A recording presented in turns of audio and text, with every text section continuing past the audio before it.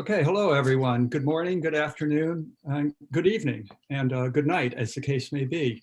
Everybody can hear me okay? Yeah. Thumbs up? Okay, great. So I'd like to start with an activity, please, for everyone. And if you can draw up that slide, please, Ellen. It's very simple. We're going to do a word cloud. And the question is, what does engagement mean to you? So if you could be so kind to take a minute and just without a whole lot of thought, type into your keyboards what engagement means to you. Just one word. So, wow, let's look at all these words. And one of the fascinating things about a word cloud is that the presenter has no idea what's going to happen subsequently. But I think that we can all agree that participation here is the word that has elicited the most response. And then we have a lot of other terms here. Active listening and learning, hooked, curiosity, fun, involvement.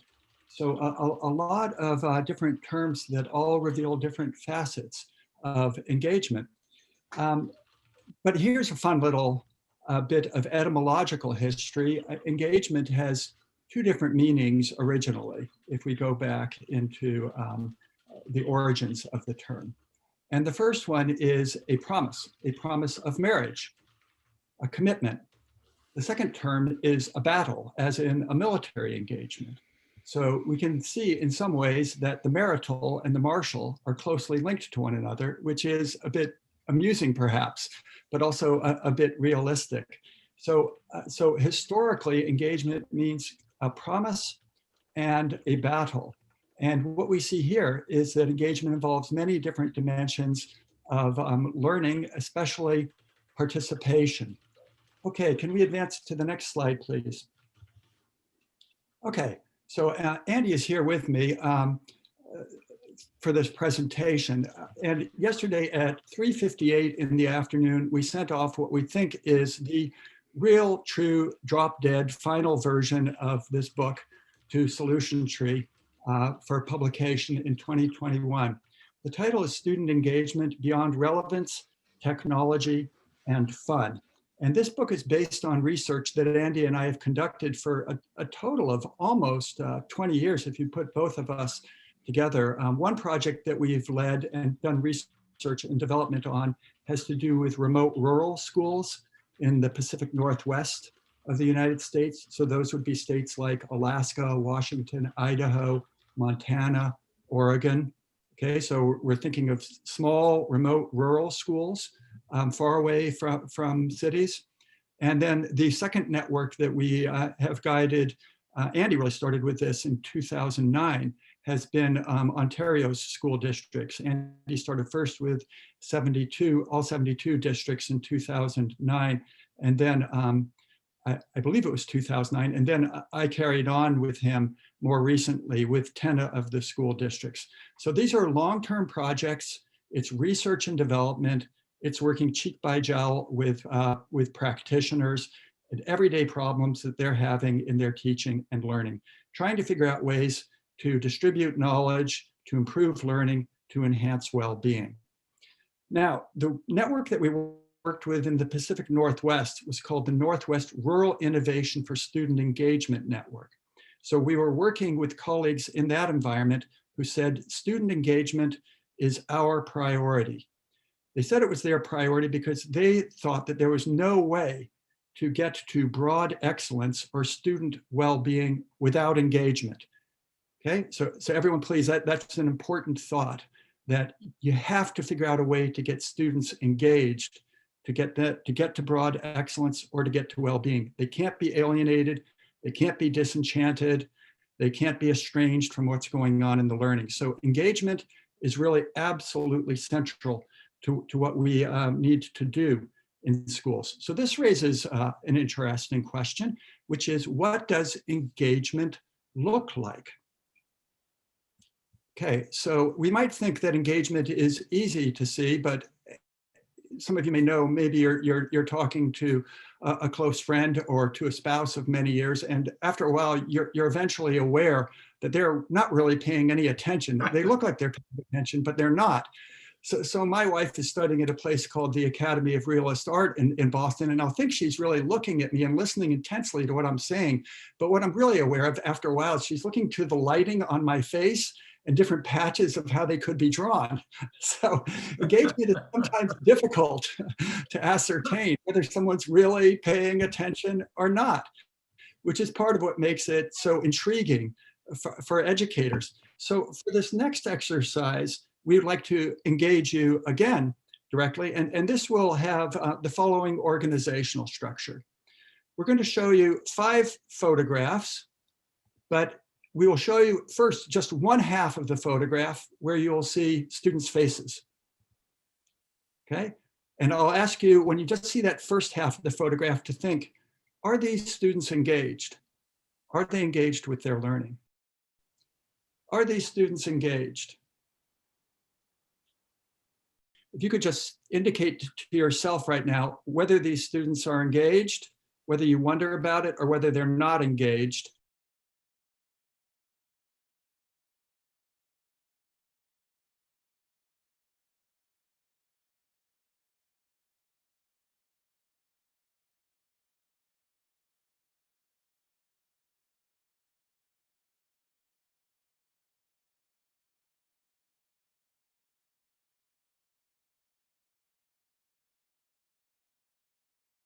Now let's all just think for a moment about what we've seen.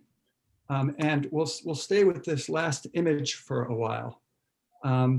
So I'd like to ask you to think with me about the emotions that are being shown by these 3 students in school. We might say that the student on the far left, she seems to be the one who's smiling the most, is my impression. And she is anticipatory. The one in the middle seems to be reflecting, seems to be thinking. And the one on the right is almost like shocked or disappointed or surprised also. It could be, okay? So one of the things that when educators are studying engagement, they typically break it into 3 different dimensions. This is what the psychological literature tells us.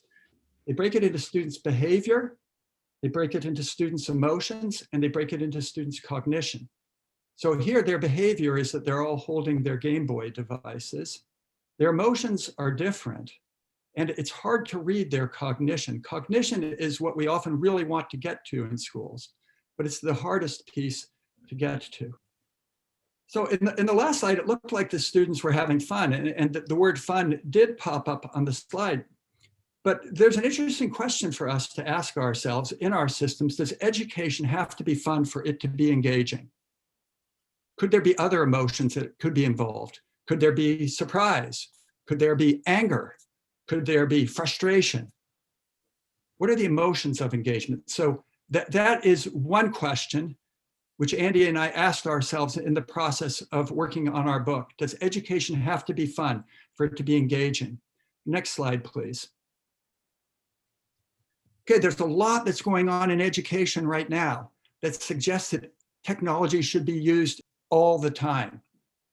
So interesting question for us. What we've certainly seen with the pandemic is that many systems have spent a lot of money on technology, believing that has to be used. It's the only way to engage students. So there's an interesting question there. Does technology have to be used for learning to be engaging? The third question is, does education have to be relevant for it to be engaging? Does it have to respond to something immediate that is going on in the environment? Or could it have to do with dragons? Could it have to do with unicorns? Could it have to do with completely fantastical things that bear no relationship at all to students' everyday realities or to their future job prospects? So the hypothesis that Andy and I are advancing in the new book is that engagement entails much more than just relevance. It can involve relevance, certainly should involve relevance from time to time. It can involve much more than technology. It could involve outdoor adventure trips. Okay? It could involve learning to paint with a paintbrush. It could involve dance or movement. And that engagement involves much more than fun. It could involve anger. It could involve so-called negative emotions like frustration or disgust. So these are the hypotheses that we're putting forward in the new book. And the book is based on a combination of not just psychological literature on engagement, but also sociological literature, so that we look at what our larger systems are doing. We don't put all of the responsibility on individual educators to kick up student engagement.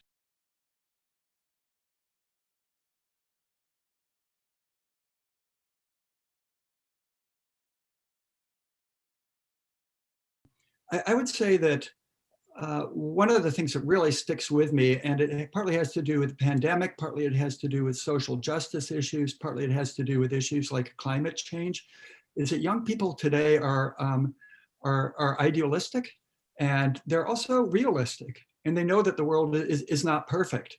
And so we kind of patronize them a bit when we just say that we want everything to be fun. There's a lot of youth activism that's going on around the world today, and that should be encouraged.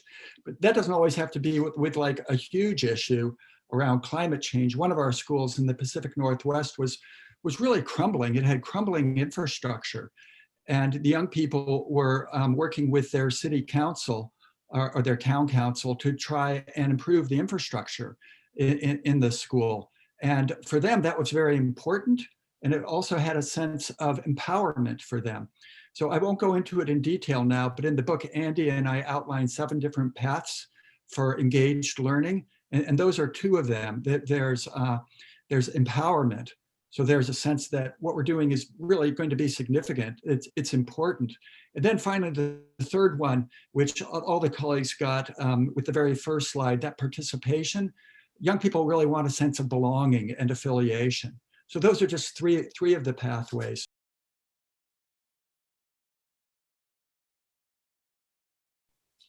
Yes, well, if I could, I'd go back to a book that I did with a teacher colleague, Elizabeth McDonald, called The Mindful Teacher, where we use this expression, alienated teaching. And the idea is that alienated teaching occurs when teachers are having to respond to excessive mandates and pressure and can't even do the things that they know that their kids really need based on their professional judgment.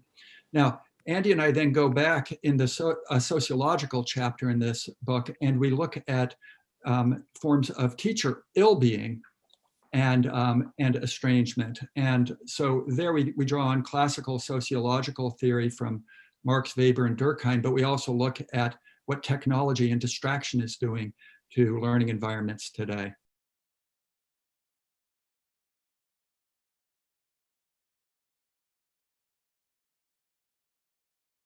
Work together.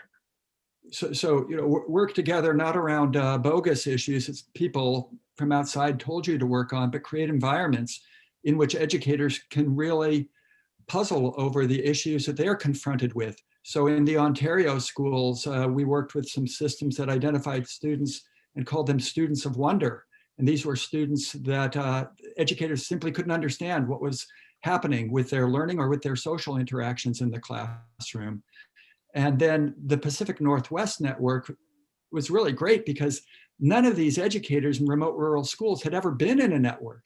They'd never been in a professional learning community. Their schools were too small. So giving people structured opportunities to work together where they have an opportunity to exercise some voice and articulate what their needs are in interaction with the ongoing world around them is such an exciting possibility. There's bad ways to do that, but there's also definitely good ways to do it.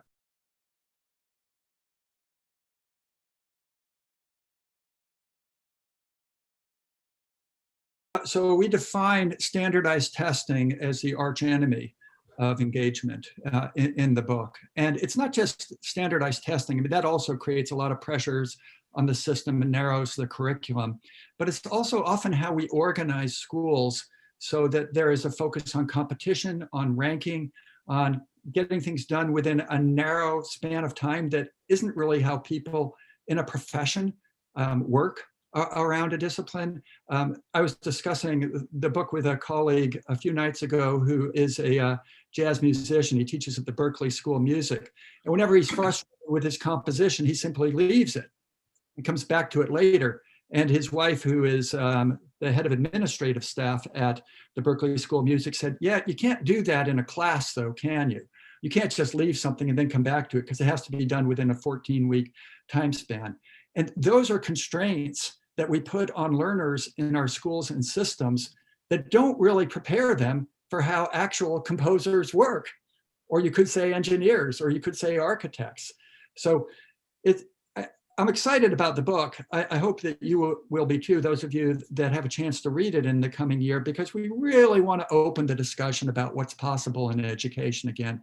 And we think that the pandemic can do that. And then just one last note, Steve, do I have time for one last? Yeah. The school system that I went to in Fairfax County, Virginia, this is in the Washington Post this morning, it indicated something like 70% of the students right now are failing. They're failing. It's a pandemic, Steve. It's a pandemic. It helps no one to rely on these archaic systems of labeling students during a global pandemic. We had more than 2,000 people die from the pandemic yesterday in the US. And that gives you a sense of that we too, as educators, are a bit implicated in things that we do to our students that really do not contribute to their well-being or to broad excellence.